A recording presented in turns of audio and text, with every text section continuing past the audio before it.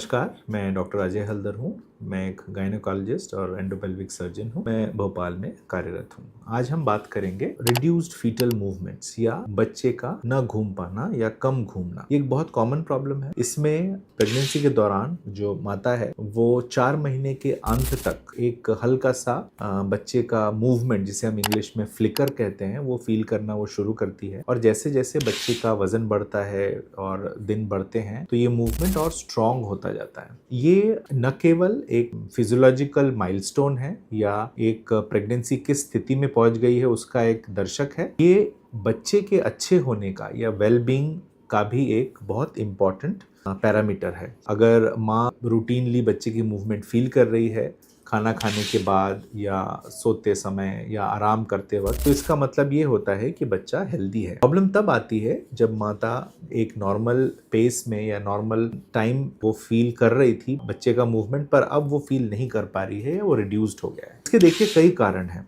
हर वक्त ये एबनॉर्मल हो ऐसा ज़रूरी नहीं है। रिड्यूस फीटल मूवमेंट्स ये देखे गए हैं कि मदर के काम के भी ऊपर डिपेंड करता है। अगर मदर बहुत ज़्यादा बिजी है, ऑफिस वर्क में है, या मदर ट्रैवल कर रही हैं या बहुत लंबे समय तक ट्रैवल कर रही हैं, तो ये चीज़ें वो वैसे फील नहीं कर पाती। ये ज़्यादातर फीलिंग तभी होती है जब मदर खाना खाती हैं, खाना खाने के बाद रेस्ट करती हैं या सोते समय। अगर आप रेस्ट नहीं कर रहे हैं तो हो सकता है बच्चा मूवमेंट नॉर्मल ही कर रहा है पर आप उसको फील नहीं कर रहे हैं। ये हो गया नॉर्मल सी। पर यही चीज अगर मदर पूरी ध्यान देने के बाद भी अगर मदर को ये फील हो रहा है कि बच्चा मूव नहीं कर रहा है, तो ये एक कंसर्न का, ये एक चिंता का विषय बन सकता है। अगर बच्चा मूव नहीं कर रहा है तो बच्चे की पानी की कमी, मदर के चारों तरफ पानी की कमी, या पानी कई बार एक्सेसिव हो जाने की वजह से भी बच्चे का मूवमेंट नहीं फील होते हैं। पर जो सबसे ज्यादा सोचने की विषय है या चिंता का विषय है वो है जेस्टेशनल डायबिटीज। इसमें जब माता में शुगर बढ़ जाता है तो कई फ्री रेडिकल्स, कुछ ऐसे तत्व जो एक्सेसिव शुगर होने की वजह से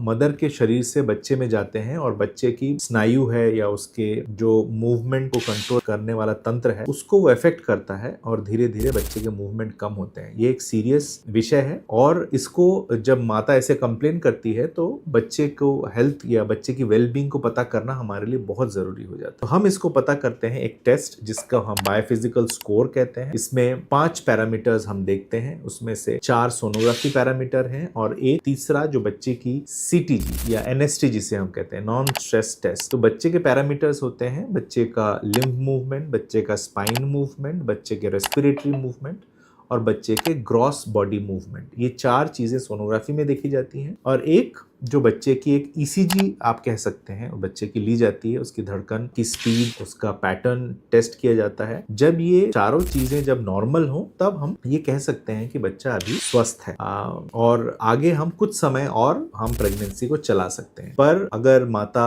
की ये बायोफिजिकल स्कोर एबनॉर्मल है या सोनोग्राफी में बच्चे को कोई सीवियर प्रॉब्लम है, जैसे बच्चे का वजन कम है, बच्चे में पानी की कमी या ज्यादा है, या उसके ब्लड फ्लो में प्रॉब्लम है, या मदर को सीवियर अनकंट्रोल्ड डायबिटीज है, ऐसे केसेस में हमें डॉक्टर को कई बार डिलीवरी कराने की भी हमें डिसीजन लेना पड़ता है और हमें लेबर इंड्यूस करके उनको डिलीवर कराना पड़ता है, डिपेंडिंग अपॉन कि वो बच्चा कितना मैच्योर हो पाया है। तो जो बच्चे की मूवमेंट, मदर का जो परसेप्शन है, मदर की जो फीलिंग है बच्चे के मूवमेंट को लेकर, ये एक बहुत इंपॉर्टेंट पैरामीटर है जिसको मदर को ध्यान में रखना चाहिए। और एक पर्टिकुलर टाइम, जैसे कि खाना खाने के 1 घंटे तक अगर मदर इसको फॉलो करती है और 1 घंटे में 4 बार अगर अच्छी तरीके से मूवमेंट हो रहे हैं, सुबह, दोपहर, शाम, लंच, ब्रेकफास्ट एंड डिनर, तो इसको आप नॉर्मल ले सकते हैं। ऐसा जरूरी नहीं कि आप दिन भर बच्चे की काउंटिंग करते रहें। ऐसा देखा गया है कि जब माता बहुत समय तक काउंटिंग करती है या वो एंग्शियसली काउंटिंग करती है तो इसके कई दुष्परिणाम भी होते हैं। तो आप सिर्फ मॉर्निंग ब्रेकफास्ट के बाद 1 घंटा, लंच के बाद 1 घंटा और डिनर के बाद 1 घंटा आप देख सकते हैं। और इसमें अगर 4-4 मूवमेंट्स हर घंटे हो रहे हैं तो फिर ऐसे कोई चिंता का विषय नहीं होता है। और अगर इसमें कोई कमी आती है तो आपको अपने डॉक्टर से अतिशीघ्र मिलना चाहिए। डॉक्टर से आगे सलाह लेनी चाहिए, आगे की जांचें पूरी करनी। इस विषय में अगर आपको और कोई जानकारी चाहिए तो आप मुझसे आगे बात कर सकते हैं। आज के लिए धन्यवाद।